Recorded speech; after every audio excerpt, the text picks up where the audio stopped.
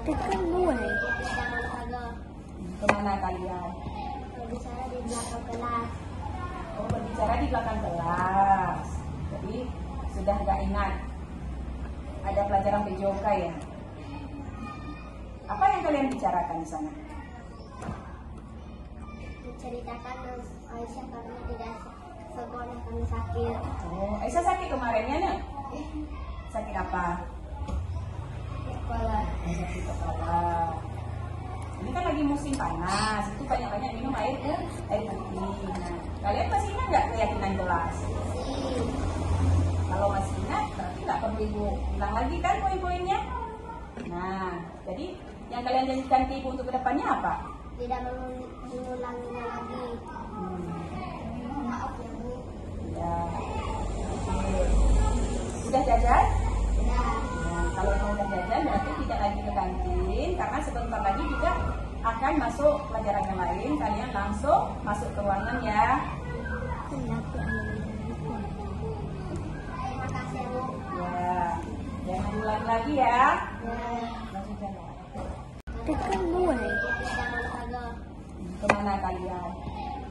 Assalamualaikum warahmatullahi wabarakatuh. Saya Sodika dan saya Fatin Haira. Kami tadi dipanggil ke ruang ibu karena tidak mengikuti jam olahraga. Kami cuma dinasihatin, tidak dimarahin. Terima kasih Bu. Assalamualaikum warahmatullahi wabarakatuh.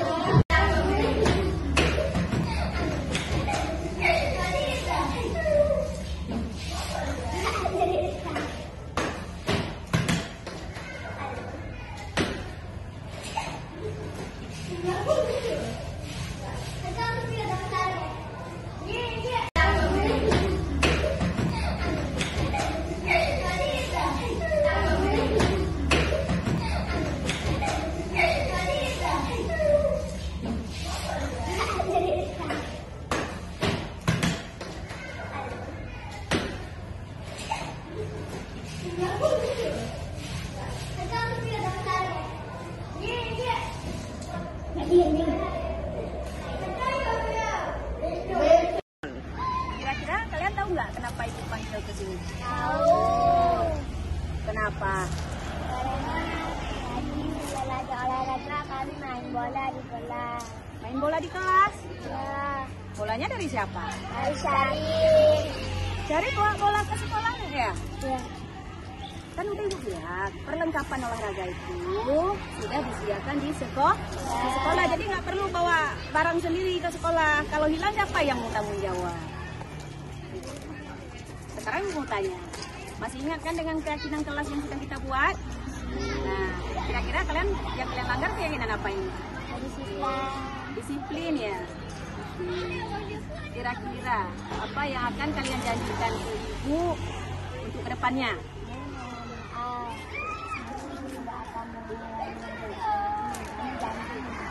Benar, janji. Berarti sekarang kalian boleh masuk kembali ke kelas ya. Nah, jangan ulangi lagi ya. Assalamualaikum warahmatullahi wabarakatuh. Kami hari ini dipanggil oleh Ibu Olahraga karena kami bermain bola di dalam kelas. Kami sangat senang karena Ibu Olahraga tidak memarahi kami. Kami berjanji tidak akan mengulangi lagi. Terima kasih Bu Afnida. Kami mohon maaf. Assalamualaikum warahmatullahi wabarakatuh. Assalamualaikum warahmatullahi wabarakatuh. Waalaikumsalam warahmatullahi wabarakatuh. Puji dan syukur, marilah sama-sama kita panjatkan kehadirat Allah SWT yang telah memberikan kita umur panjang, kesehatan, sehingga kita masih bisa bertatap muka di ruangan yang sangat sederhana ini. Dan tidak lupa pula salawat berkirim salam kita sajikan kepada junjungan kita Nabi besar Muhammad SAW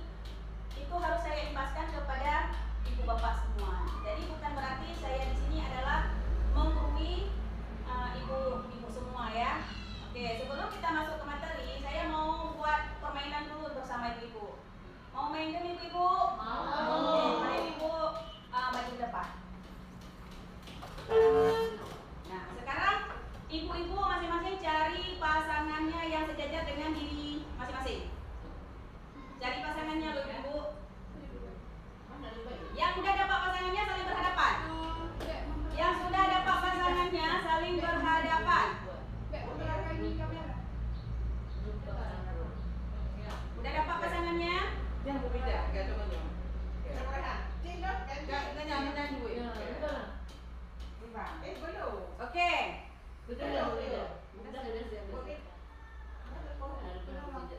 Oke, yang udah dapat pasangannya, sekarang coba salamannya ujung tangan aja. Nah, karena ini bukan muhrim ya Bu. Iya. Oke, berarti kalau nanti saya bilang jauh, berarti tangannya menjauh. Kalau saya bilang dekat, itu dekat ya. Kalau saya bilang nanti tangkap, berarti cepat-cepat tangkapnya ya. Oke. Jauh. Dekat. Jauh. Jauh.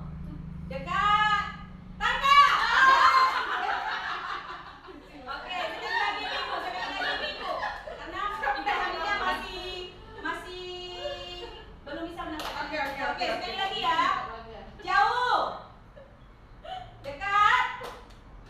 Dekat. Jauh. Jauh. Tangkap. Terima kasih Ibu-ibu. Silakan duduk kembali. Tambah semangat ya Ibu setelah bermain game. Oke, sekarang kita masuk ke sosialisasinya. Nah, selamat datang para guru hebat. Mari belajar bersama, berkolaborasi, saling mendukung demi mewujudkan disiplin positif di sekolah kita. Nah, konsep utama modul budaya positif di sini itu ada perubahan paradigma belajar, disiplin positif, kebutuhan dasar manusia, motivasi perilaku manusia, segitiga restitusi, keyakinan kelas, dan posisi kontrol restitusi. Pelajaran dengan paradigma baru. Pelajaran dengan paradigma baru dirancang berdasarkan prinsip pembelajaran yang berdiferensiasi sehingga setiap siswa belajar sesuai dengan kebutuhan dari tahap perkembangannya untuk mewujudkan profil pelajar Pancasila. Ibu-ibu pernah dengar dengan kata berdiferensiasi? Pernah? Tapi belum tahu. Pernah dengar tapi belum tahu. Kalau menurut Ibu Sarah, berdiferensiasi itu pembelajarannya seperti apa? Yang berbeda. Yang berbeda ya. Kalau Bu Ita? Belum tahu. Kalau Bu Susi? Setiap anak belajar dengan cara yang berbeda. Ya, setiap anak belajar dengan cara berbeda. Tidak semua anak harus kita ajarkan dengan cara yang sama. Tapi bukan berarti pula, misal di kelas kita ada anak 20 orang. 20 orang itu mereka kan karakternya, potensinya berbeda-beda, minatnya beda-beda. Bukan berarti kita sebagai guru juga harus bikin model pembelajaran sampai 20, nggak seperti itu juga. Oke, kita lanjut. Disiplin positif. Nah, disiplin positif dalam budaya kita, makna disiplin dimaknai menjadi sesuatu yang dilakukan seseorang pada orang lain untuk mendapatkan kepatuhan. Kita cenderung menghubungkan kata disiplin dengan ketidaknyamanan. Betul Bu? Betul. Oke. Disiplin positif merupakan salah satu cara penerapan disiplin yang bertujuan untuk menumbuhkan kesadaran serta memberdayakan anak untuk melakukan sesuatu tanpa sogokan, ancaman maupun angka hukuman. Betul? Sekarang yang kita lakukan, Mengancam membuat anak merasa bersalah. ya mengancam. Kalau saya pribadi sering, yang saya gunakan di sini adalah membuat anak sering merasa bersalah. Sebenarnya itu dilarang, tidak boleh ya Ibu. Oke. Nah, kebutuhan dasar manusia. Jadi kebutuhan dasar manusia itu ada 5. Ini yang pertama. Ada yang tahu? Apa itu Ibu? Bertahan hidup. Ya, kita lihat. Apa benar apa yang dibilang sama Bu Amifah? Ya, bertahan hidup. Oke, yang kedua. Oke, kita lihat. Ya, kasih sayang. Yang ketiga. Perasaan. Pendewasaan. Pendewasaan. Bu Susi. Oke, kita lihat sama-sama. Penguasaan. Penguasaan. Kerjasama. Oke, yang selanjutnya yang keempat. Ada yang tahu? Kebersamaan atau kerjasama. Kebersamaan. Ada B. kebebasan. Oke, kebebasan ya Ibu. Iya. Ya benar. Yang terakhir, Ketenangan. ketenangan. Iya. Yakin ketenangan? Kita buka. Kesenangan. Beda T dengan E saja ya Ibu. Kesenangan ini adalah kebutuhan dasar manusia juga kebutuhan dasar anak-anak didik kita. Motivasi perilaku manusia. Nah, motivasi merupakan dorongan yang timbul pada diri seseorang secara sadar atau tidak sadar untuk melakukan suatu tindakan dengan tujuan tertentu. Yang pertama, menghindari ketidaknyamanan dan hukuman. Coba Ibu baca sendiri. Kira-kira murid melakukan disiplin diri karena ia takut dihukum. Ini merupakan motivasi intrinsik dari luar. Kita kan sering bisa pada kegiatan pagi kita, anak-anak nggak bawa yasin, habis itu kita kenapa nggak bawa yasin? Kan sering anak-anak tidak bawa yasin, akhirnya tapi mereka membawa yasin itu bukan karena kemauan mereka sendiri, karena mereka takut kalau ini saya nggak bawa yasin, ini pasti nanti dapat hukuman dari ibu. Nah, yang kedua, mendapatkan imbalan atau penghargaan dari orang lain. Kan sering juga ibu kita lakukan. Sebenarnya kita berikan setelah anak bisa menjawab kita kasih bentuk permen, ternyata juga tidak bagus.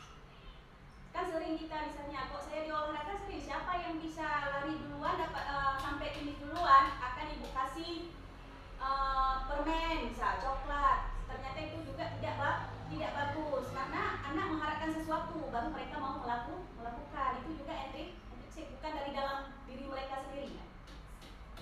Nah, satu lagi, menghargai nilai-nilai kebajikan dari diri sendiri. Nah, di sini murid melakukan disiplin diri karena sadar akan nilai kebajikan dirinya. Ini merupakan motivasi dari dalam dirinya sendiri. Jadi dia memang kemauan dia sendiri, bukan karena paksaan kita. Selama ini yang sering kita lakukan adalah memaksa anak untuk membawa, pokoknya atlet sekolah itu harus lengkap. Tapi mereka bukan keinginan mereka sendiri, tapi karena ada yang merasa takut, ada karena terpaksa. Ya kan Ibu? Iya. Oke, konsep disiplin dengan identitas gagal. Di sini ada penghargaan dan hukuman. Kalau hukuman menyakitkan, tidak nyaman, murid takut memaksa, murid menyembunyikan kesalahan, murid menjadi rendah diri. Pernah Ibu perhatikan kalau anak kita kasih hukuman, kadang-kadang ada anak yang besoknya tidak lagi sekolah, sering gitu ya Ibu. Makanya kalian capek-capek, orang tua kasih jajan buat kalian ke sekolahnya main-main, ternyata itu tidak boleh. Itu saya sendiri sering saya lakukan. Kadang-kadang jam istirahat saya panggil mereka, saya tanyakan, nggak sayang sama orang tuanya, akhirnya anak merasa bersalah. Teman, kalau saya sering menjadikan anak seperti teman, boleh sih Ibu, tapi jangan keseringan, tapi kadang-kadang saja. Sebagai pemantau, dan itu sebagai manajer. Yang paling bagus kita lakukan adalah sebagai manajer. Manajer ini cocok dengan restitusi. Berarti kita posisikan diri kita sebagai manajer, jangan lagi sebagai penghukum ya Pak ya, membuat rasa bersalah. Kalau teman kadang-kadang boleh, pemantau, manajer, tapi yang paling bagus adalah manajer. Oke, kita lanjut. Ini contohnya, siswa tidak memakai atribut lengkap saat upacara bendera. Kalau sebagai penghukum, patuhi aturan sekolah lalu berdiri di depan barisan. Betul kan Bu Sarah? Ya. Oke. Yang kedua, pembuat rasa bersalah. Berapa kali guru harus memberitahu kamu, guru kecewa sama kamu? Anak don. Oke. Teman. Kalau teman ini kadang-kadang ada, perlu juga kita buat. Ayolah yang tertib, buat guru bangga. Kali ini tidak apa-apa, kamu salah. Kalau sebagai pemantau, kamu sudah melanggar, apa peraturan dan konsekuensinya? Ibu yang paling bagus sebagai manajer. Yang paling bagus adalah sebagai manajer. Apakah kamu tahu kesalahanmu? Kira-kira bagaimana kamu akan memperbaiki kesalahan kamu ke depannya? Yang paling bagus adalah kita memposisikan diri sebagai manajer. Kita pasti bisa itu. Oke, sekarang kita masuk ke keyakinan kelas. Ibu udah pernah buat semua kan keyakinan kelas? Yang wali kelasnya udah buat kan? Mengapa keyakinan kelas? Mengapa tidak peraturan kelas? Kalau saya sendiri buatnya kemarin itu kontrak belajar. Ternyata juga tidak bagus. Harus keyakinan kelas. Ada juga kemarin itu ada yang buat. Ibu apa kemarin itu buat? Kontrak. Kalau saya kontrak belajar PJOK. Kesepakatan kelas ya. Ya, kesepakatan kelas yang berusia. Nah, sekarang harus kita ubah menjadi keyakinan kelas. Kenapa kok harus dibedain? Ibu, ini keyakinan dengan kesepakatan. Kata-katanya kesepakatan dan keyakinan. Nilai kembali ke nilai yang tadi. Kesepakatan. Tidak jauh beda kan? Tapi mempunyai nilai sendiri. Keyakinan dengan kesepakatan. Keyakinan internal, kesepakatan eksternal. Yes. Itu salah satunya. Tapi kalau keyakinan kayak lebih kita bisa kita lakukan. Saya yakin saya bisa itu membuat. Tapi kalau kesepakatan kita sepakat, cuman kan belum tentu bisa dikerjakan. Seperti itu mungkin enggak? Belum tentu aku mau itu. Kita udah sepakat, tapi kan pas pelaksanaannya kadang nanti enggak dikerjakan sesuai kesepakatan, enggak dilakukan. Tapi kalau keyakinan aku bisa. Tuh, itu sih kekuatan buat. Iya. Oh. Saya paham ya Ibu. Beda katanya cuma sedikit saja.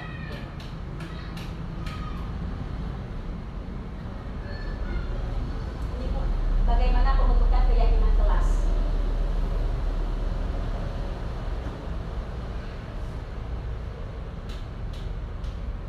Dibuat dalam bentuk positif, itu intinya. Dibuat dalam bentuk positif. Nggak perlu panjang, nggak perlu banyak, tapi sedikit bermanfaat. Habis itu sesuai dengan kondisi kelas. Kita lanjut. Ini contoh keyakinan kelas. Salah satu saya ambil di kelas yang ada di sekolah kita. Ini hasil keyakinan kelas 5. Ada nggak ibu-ibu? Ada nggak ibu baca di sini ada kata tidak atau jangan? Ada? Ada nggak di sini ada kata tidak dan kata jangan? Ada ibu. Poin pertama bertanggung jawab mengerjakan tugas tiket. Nggak ada kan di situ kata jangan, kata tidak nggak. Jadi kalau ada anak berbuat salah itu kita tidak memarahi beliau, tapi kita memanggilnya. Kita beri arahan sehingga anak itu waktu keluar dari ruangan kita itu dia merasa tidak bersalah, habis itu dia tambah semangat untuk memperbaiki kesalahan dia pada hari ini. Itu sekarang yang diharapkan.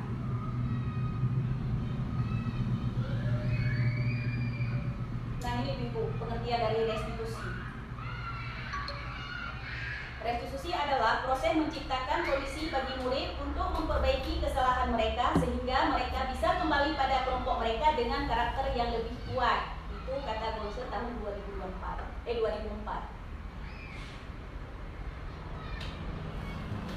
Ciri-ciri restitusi bukan menebus kesalahan namun belajar dari kesalahan. Jadi bukan menebus. Kalau konsekuensi tadi sudah coret-coret dinding, harus menghapusnya kembali. Itu kalau konsekuensi. Kalau hukuman mungkin bisa jadi berdiri 1 jam di depan kelas. Tapi kalau restitusi, dia menebus kesalahan dia dengan belajar dari kesalahan. Tawaran bukan paksaan, menuntun untuk melihat ke dalam diri, mencari kebutuhan dasar yang mendasari tindakan. Kadang-kadang kalau kita guru, anak datang terlambat itu langsung kita marahin. Betul kan Ibu? Sering kita lakukan. Kita nggak tanya dulu, kenapa terlambat? Mungkin anak itu terlambat, mungkin waktu diantar bahan Honda orang tuanya bocor. Tapi kita langsung menghakimi itu sering terjadi. Sebenarnya tidak boleh. Nah, ini loh Ibu perbedaan antara hukuman, konsekuensi, dan restitusi. Pada kasus siswa sering tidak mengerjakan PR. Ini saya ngambil kasus siswa sering tidak mengerjakan PR. Kalau hukuman pasti guru menghukum siswa berdiri hormat bendera sampai 10 menit. Akhirnya murid merasa minder, besoknya pasti nggak sekolah karena diejek-ejek sama kawan-kawannya. Kalau konsekuensi, guru memberikan konsekuensi untuk mengerjakan PR-nya saat istirahat. Padahal jam istirahat itu adalah jam untuk anak-anak untuk jajan, makan, dan lain-lain. Sedangkan di sini dia nggak kita kasih keluar, kita suruh buat lagi PR yang lupa dia buat. Yang tidak membuat PR, kita tanyakan kembali kepada si anak. Masih ingat kan keyakinan kelas kita?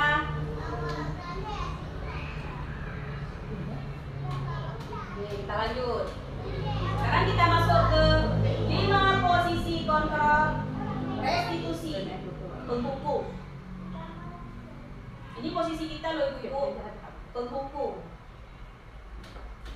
Habis itu ada pembuat rasa bersalah. Kalau saya pribadi sering, kalian capek-capek orang tua cari uang kasih jajan buat kalian ke sekolahnya main-main, ternyata itu tidak boleh. Itu saya sendiri sering saya lakukan. Kadang-kadang jam istirahat saya panggil mereka, saya tanyakan, nggak sayang sama orang tuanya. Akhirnya anak merasa bersalah. Teman, kalau saya sering jadikan anak seperti teman, boleh sih Ibu, tapi jangan keseringan, tapi kadang-kadang saja. Pemantau, sebagai pemantau, dan itu sebagai manajer. Yang paling bagus kita lakukan adalah sebagai manajer. Manajer ini cocok dengan restitusi. Berarti kita posisikan diri kita sebagai manajer. Jangan lagi sebagai penghukum ya pemindah ya, pembuat rasa bersalah. Kalau teman kadang-kadang boleh pemantau, manajer. Tapi yang paling bagus adalah manajer. Oke, kita lanjut. Ini contohnya, siswa tidak memakai atribut lengkap saat upacara bendera. Kalau sebagai penghukum, patuhi aturan sekolah lalu berdiri di depan barisan. Betul kan Bu Sarah? Ya. Oke. Yang kedua, pembuat rasa bersalah. Berapa kali Bu Guru harus memberitahu kamu, Bu Guru kecewa sama kamu? Anak don. Oke. Teman. Kalau teman ini kadang-kadang ada, perlu juga kita buat. Ayolah yang tertib, buat Bu bangga. Kali ini tidak apa-apa, kamu salah.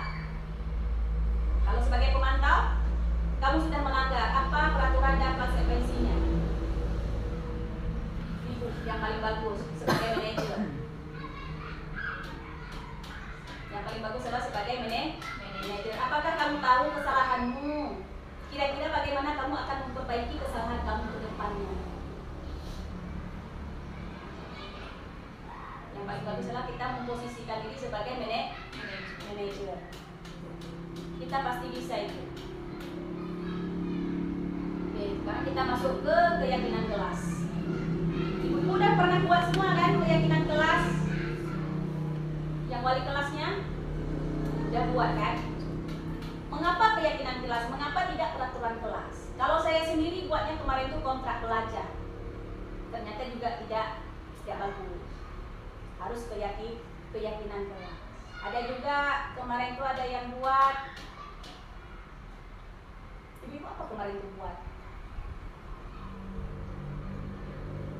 Kontrak. Kalau saya kontrak belajar PJOK. Kesepakatan kelas ya.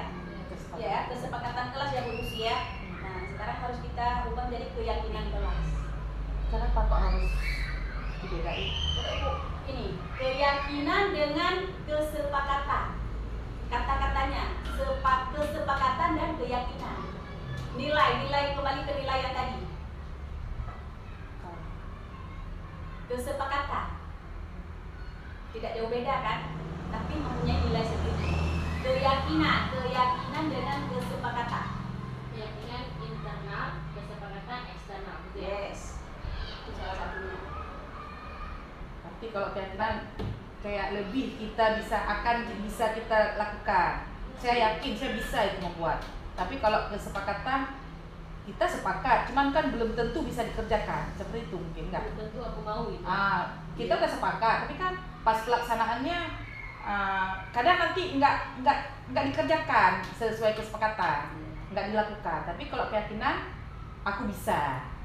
Tuh, itu sih tepuk tangan buat. Iya. Oh. Saya paham ya Ibu. Beda katanya cuma sedikit saja.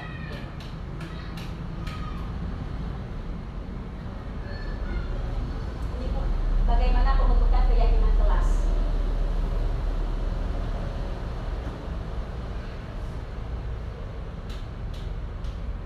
Dibuat dalam bentuk positif, itu intinya. Dibuat dalam bentuk positif. Nggak perlu panjang, nggak perlu banyak, tapi sedikit bermanfaat. Habis itu sesuai dengan kondisi kelas. Kita lanjut. Ini contoh keyakinan kelas yang tidak membuat PR. Kita tanyakan kembali kepada si anak. Masih ingat kan keyakinan kelas kita?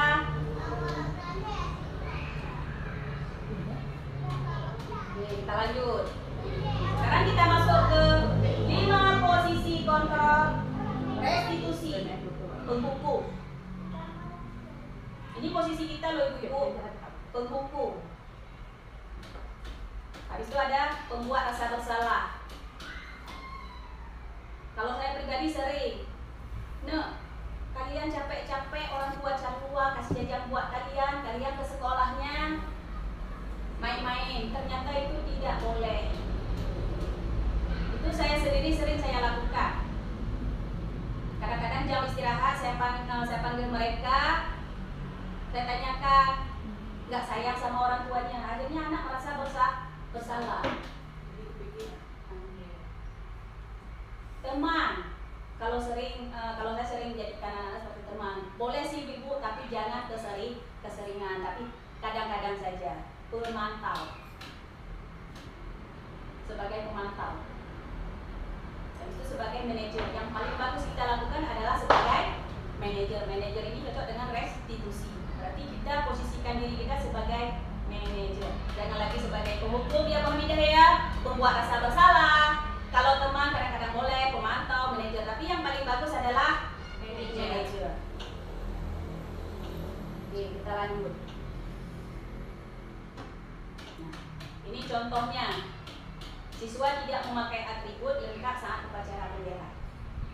Kalau sebagai penghukum, patuhi aturan sekolah lalu berdiri di depan barisan. Betul kan Bu Sarah? Ya. Oke. Yang kedua, pembuat rasa bersalah. Berapa kali Bu Guru harus memberitahu kamu? Bu Guru kecewa sama kamu. Anak don. Oke. Teman. Kalau teman ini kadang-kadang ada perlu juga kita buat. Ayolah yang tertib, buat buku bangga. Kali ini tidak apa-apa, kamu salah. Kalau sebagai pemantau, kamu sudah melanggar apa peraturan dan konsekuensinya. Ini yang paling bagus sebagai manajer. Yang paling bagus adalah sebagai manajer. Apakah kamu tahu kesalahanmu? Kira-kira bagaimana kamu akan memperbaiki kesalahan kamu ke depannya?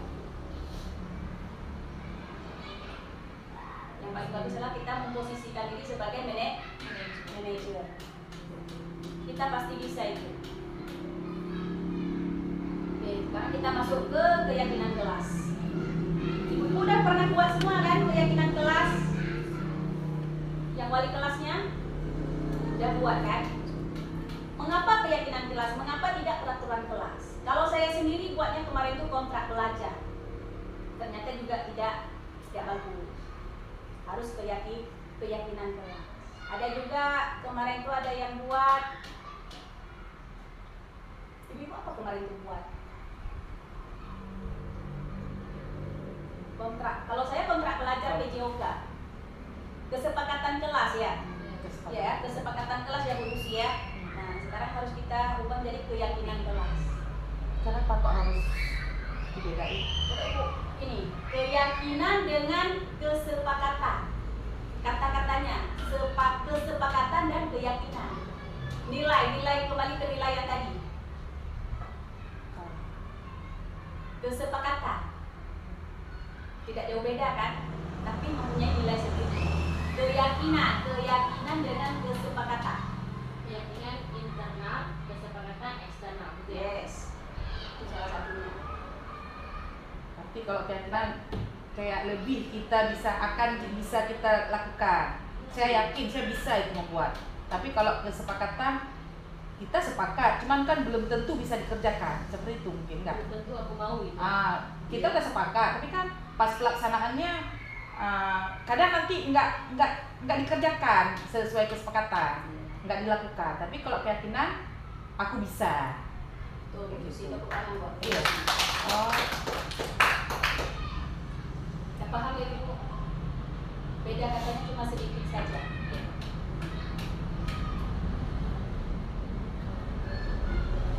Ini Bu, bagaimana pembentukan keyakinan kelas?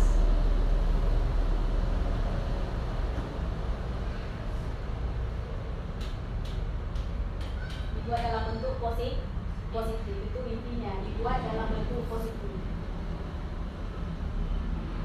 Nggak perlu panjang, nggak perlu banyak, tapi sedikit bermanfaat. Habis itu sesuai dengan kondisi kelas. Kita lanjut. Ini contoh keyakinan kelas. Salah satu saya ambil di kelas yang ada di sekolah kita. Nah Ibu, sebelum kita masuk ke segitiga restitusi, saya akan putarkan sebuah video.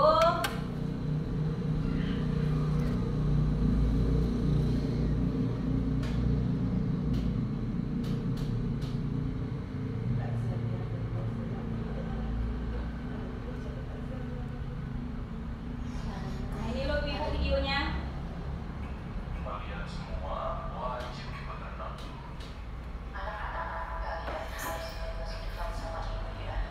Volume. Lalu Ini gampang.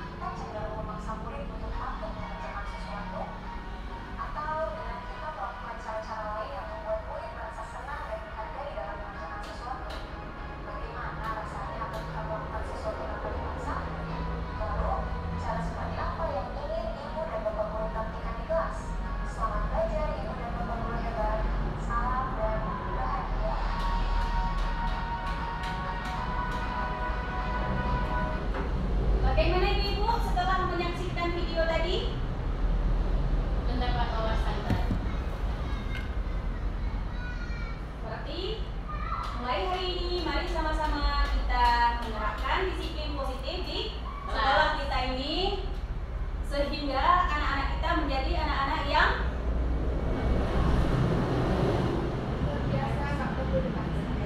terbiasa, tidak perlu dipaksa. Memang kata-kata Bu Las ini singkat, padat, dan jelas ya. Melakukan sesuatu tanpa dipaksa dan terbiasa.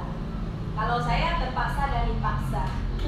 Kalau Bu Las ini terbiasa tanpa dipaksa ya. Berarti itu bisa jadi moto disiplin kita ya. Paksa dulu baru terbiasa. Terbiasa dan Tidak terpaksa. tidak terpaksa tapi terbiasa. Mana ya kata-kata yang bagus? Tanya bukan biasa ya. Coba Bu Las ini sekali lagi. Tanpa dipaksa. Ya, terbiasa tanpa terpaksa. Tapi dipaksa dulu supaya terbiasa. Nah, itu Boleh? nggak boleh sih. Itu Nggak boleh. Nggak boleh. Oh. Jadi kalau terpaksa dulu. Terpaksa Berarti untuk menjadi terbiasa, tapi harus terbiasa tanpa perlu dipaksa. Ini moto dari kesimpulan Ihan. Jadi nggak boleh dipaksa supaya terbiasa. Harus terbiasa tanpa pemaksaan. Oke, terbiasa tanpa paksaan. Kalau Bu Susi terpaksa, Bukan. dipaksa baru Paksa. terbiasa. Karena belum biasa harus dipaksain dulu. Tapi biar terpaksa, oh biar biasa. Tapi tadi konsepnya nggak boleh dipaksa. Ya. Biasakan. Dan Biar video harus dibiasakan. Video ini apakah perlu dipaksa atau terbiasa? Jadi kesimpulannya tadi nggak boleh, harus dilakukan Dibiasakan. terbiasa ya agar tidak Terbiasa tanpa dipaksa. Iya, intinya bisa karena biasa. Oke, tepuk tangan untuk guru hebat semua. Kasih pematenya. Salah satu saya ambil di kelas yang ada di sekolah kita. Ini hasil keyakinan kelas 5.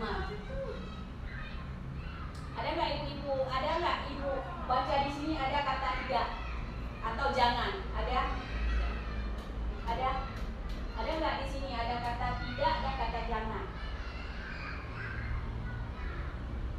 Ada ibu. Poin pertama, bertanggung jawab mengerjakan tugas tiket. Nggak ada kan di situ kata jangan, kata tidak, nggak ada. Yang kedua, bersikap jujur, bersikap tenang saat pelajaran berlangsung. Mungkin kata-kata negatif di sini, bertanggung jawab mengerjakan tugas tiket, yaitu tadi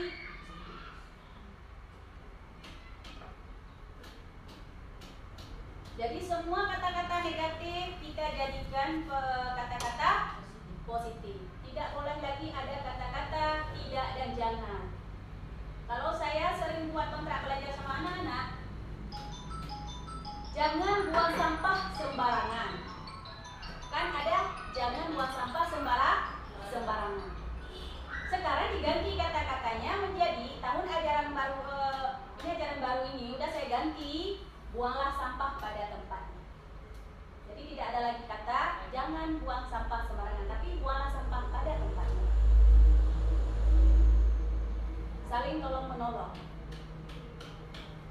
Hidup rukun dengan teman. Berarti di sini tidak ada lagi bully-bullyan. Kalau dulu kita tulis tidak boleh membuli. Ya, tidak boleh membuli. Sekarang kita ganti dengan hidup rukun dengan teman. Jadi kata negatif semuanya kita ganti dengan kata positif. Kita lanjut ya Ibu. Nah, sekarang kita masuk ke segitiga restitusi.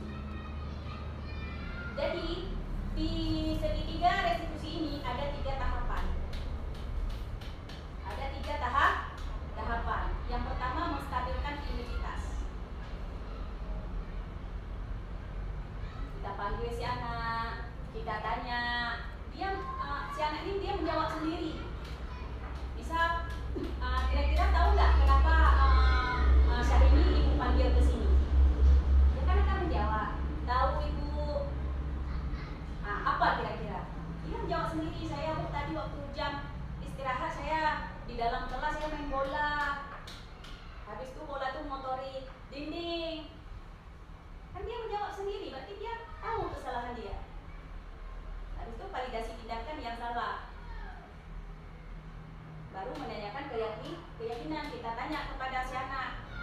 kira-kira yang kamu lakukan tadi melanggar keyakinan kelas kita yang nomor berapa? Kan keyakinan kelas kan kita buat bersama si anak. Berarti kan dia ingat, oh berarti yang saya langgar ini keyakinan disiplin. Oh keyakinan kerjasama. Berarti dia tahu sendiri, berarti dia sudah melanggar.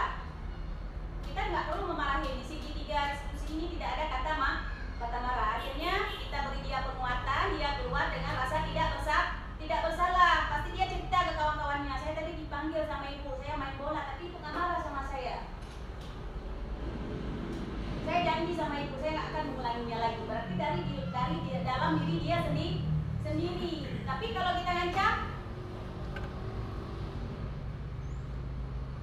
kan kalau pegah, pek kama bola langgar, batal, lo, pri.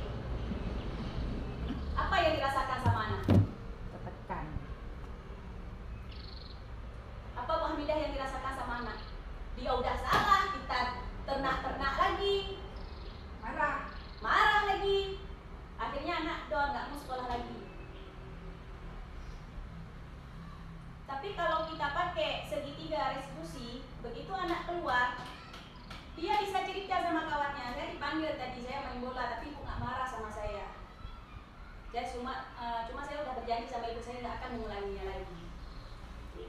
Kita lanjut ya ibu. Nah, dalam penerapan program disiplin, hendaknya guru memiliki standar kepribadian, profesional dan sosial yang baik, di mana guru mampu berefleksi pada posisi kontrolnya saat ini. Bagaimana perjalanan dirinya sebagai seorang amon, posisi manajer seperti yang kita ceritakan tadi ya ibu, yang menuntun murid-murid menjadi insan yang mandiri, merdeka dan bertanggung jawab. Itu adalah standar pendidikan nasional. Menjadi amon, menjadi pamon buat peserta didik, bukan menjadi penghukum, tapi menjadi pamon. Pamon itu kan kita berarti menuntun anak-anak, bukan menuntut. Sekarang yang kita lakukan adalah menuntut, nggak ada yang menuntut. Padahal tugas kita guru adalah menuntut, bukan menuntut.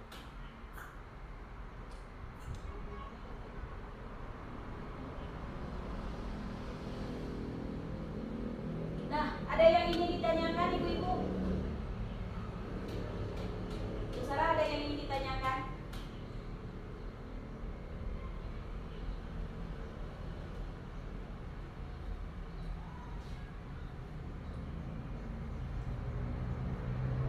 Oke, kalau memang tidak ada yang ditanyakan berarti semuanya sudah paham.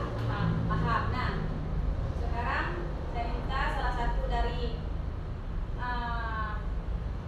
guru untuk merefleksikan kegiatan kita pada hari ini. Siapa ibu? Bu Sarah, silakan berdiri.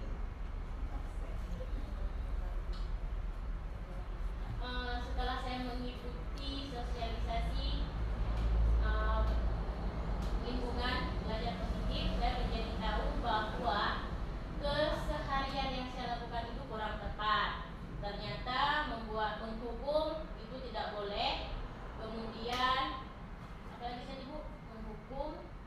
Membuat anak merasa merasa bersalah, konsekuensi dan restitusi. Ada 4 kategori dan yang terbaik itu adalah restitusi dengan kita memposisikan diri sebagai manajer, tidak langsung menghakimi, tetapi melakukan investigasi atau mencari tahu apa penyebab di sebalik itu, kenapa itu bisa terjadi. Mungkin hanya itu dari saya. Terima kasih Bu Sarah.